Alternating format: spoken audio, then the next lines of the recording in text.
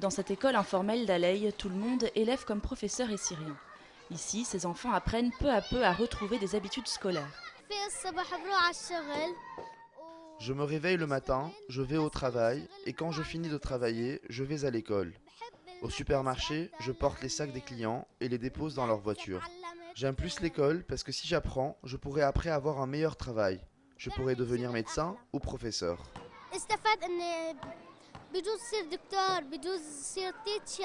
Pour ces enfants de guerre, le retour sur le chemin de l'école porte en lui la promesse d'un avenir meilleur, avec à l'horizon l'espoir d'obtenir un jour un diplôme. Au Liban, où l'enseignement est bilingue, l'apprentissage de l'anglais est un passage obligé.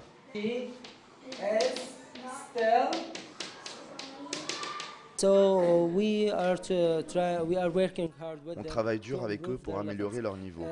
Comparé aux élèves libanais, ils sont très faibles. Donc ici, on essaie de les aider à progresser pour qu'ils aient la chance d'être intégrés dans les écoles libanaises l'année prochaine. Ces deux anciennes élèves viennent rendre visite à Ola, la directrice. Comme elle, une soixantaine d'écoliers de Yalla ont pu rejoindre cette année le système libanais. Une étape importante, même si l'arrivée dans les établissements publics n'est pas toujours à la hauteur de leurs espérances. Le principal obstacle de leur intégration au sein des écoles publiques est la barrière linguistique. Ensuite, l'absence d'un transport assuré aux élèves par ces écoles. Et puis l'horaire des cours pour les enfants syriens qui ont lieu seulement l'après-midi. Cela a suscité des craintes parmi les parents, car certains cours se terminent assez tard. Enfin, les enseignants sont, de l'aveu des parents et des élèves, pas suffisamment aptes à enseigner ou à encadrer des enfants de guerre.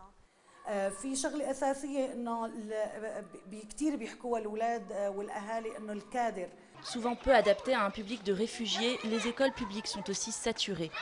C'est pour répondre à ce manque que Yalla est né en 2013. À l'origine de ce projet, entièrement financé par les dons des particuliers, cette jeune humanitaire française.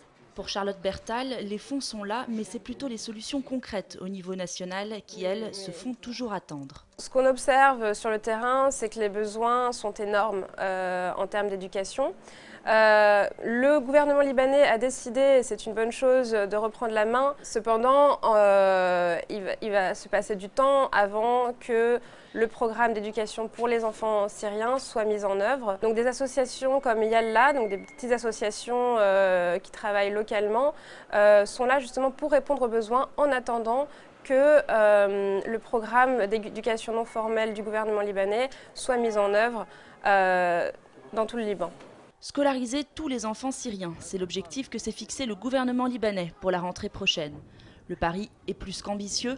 À l'heure actuelle, 320 000 mineurs, soit le 3/4 des réfugiés en âge d'aller à l'école, n'ont pas le moindre accès à l'éducation.